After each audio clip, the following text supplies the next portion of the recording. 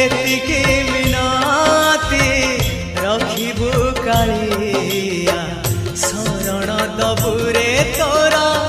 चरण तले तो वैकुंठपुरे जय जगदीश हरे